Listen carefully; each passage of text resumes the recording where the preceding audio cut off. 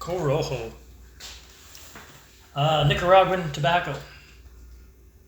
Kind of a plain Jane label.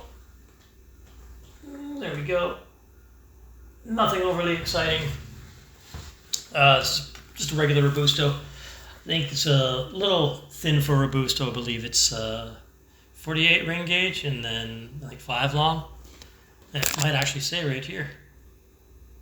No, it's a 5 by 50. So there you go. It does have sort of its own thing going on in the retrohale that I have got off too many cigars. I can't quite put my finger on it. I'm thinking mushroom soup though. I know I come up with weird like flavor references because, reasons. Yeah, it definitely got its own thing going on. Forget what I paid for these. Somewhere around $10 or $11, which is, at least in my part of Canada, more on the budget end for a decent cigar. You can get cheaper cigars, but I find when you start to go too low price-wise, it's the loss in quality is not worth it. Somewhere between like $10 and $25, I think, is where you get your best bang for your buck in Canada. There's a few cigars you get in and above the $25, $30 range that are okay and that are, certainly worth the premium. But for the most part, staying between $10 and $20 usually gets you a decent cigar. Few and far between are the ones in that price range that are not great. So I'm going to use another cigar comparison, and that is the Alec Bradley Cafe Creme. This reminds me of that a little bit. It definitely has its own thing. Some brands, they just seem to have their own, their own signature to the flavor profile. And of the few Oliva cigars that I've had, they do sort of have their own.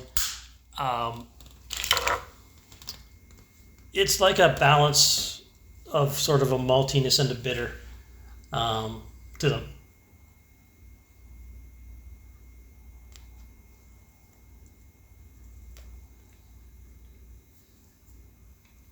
So far the burn's decent. Let's see how it pairs.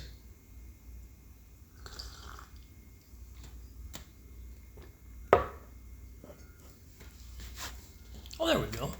That's nice. This is really sweet because of the sugar I put in it. So what it's doing is right after I smoke the cigar, it's sort of waking up the center of the palate, right? So it's like kind of cutting that bitterness and then opening the center palate to a little more complexity.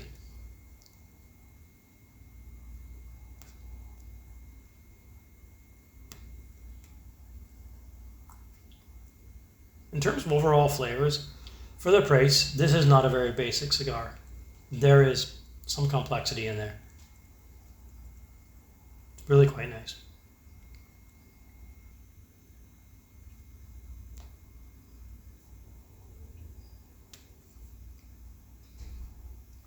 It's a lot more mellower on the retrohale than a lot of cigars that I have.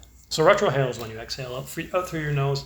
I do tend to blow my sinuses out a bit when I retrohale. This is quite a bit smoother. I am so far impressed. I've had a few products from Oliva before, but they're usually closer to $30 a stick. So obviously you get a really good experience. Anyone who has this cigar in their hand and is smoking it probably isn't going to complain, even if you like higher end stuff.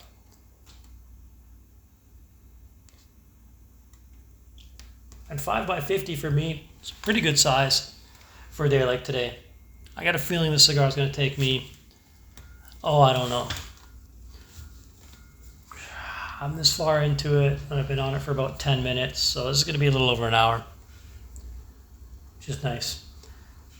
I'm going to cut the video here and stop and then come back in a bit and talk a little bit more about it as I get further on. But for now, I'm going to take the next few moments to smoke the cigar and enjoy some quiet contemplation. We are halfway through the Flor de Oliva Corojo. Now these cigars, I spent $10 on each one of them. You'll probably find them more likely in Canada for around $14. And I'm going to say, for that price, this cigar is punching above its weight. Now that I'm just about halfway through it, the complexity's there, the quality construction is there, it's a solid burn. I let it sit for like 5-10 minutes and I didn't come back to it, and it stayed lit, no problems. It is an Indonesian wrapper, Nicaraguan binder, and Nicaraguan filler. And I do like my Nicaraguan cigars. Something about Nicaraguan cigars just do something for me. I know a lot of folks like Cuban. Nicaraguan just does a trick that I like. Now, I'm getting the sense that this is a little higher in nicotine than a lot of other cigars. So you will want to take your time with it. Go easy. Pair it with something nice and sugary sweet. Yeah, it's evolving more into the dark chocolate, black coffee, leaning into all the bitter flavors and stuff right now. And that does tend to be predominant in a little more budget-friendly cigar. There is still some evolution there, but it's gone from medium mild to strong for sure.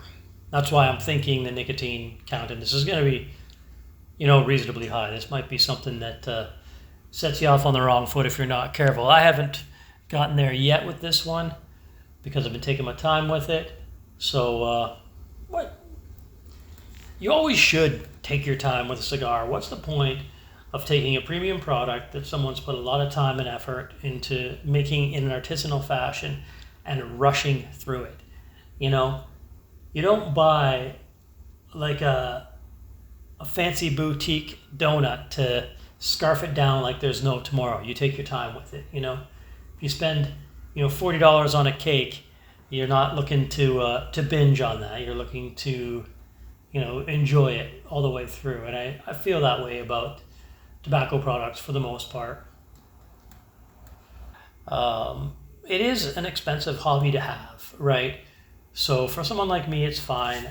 Recently, I think I'm probably 2 or 3 cigars a week, which is a bit higher, a lot higher than I've been in the past. But I do have the time now. I have the resources. And it does seem the requirement to relax is much higher lately. I do work pretty hard. So I find myself nestling in with a hot toddy or a whiskey or a bourbon and a nice cigar like a little bit more frequently. That being said, as always, keep it a hobby, not a habit. Take the time, take it easy. Cheers.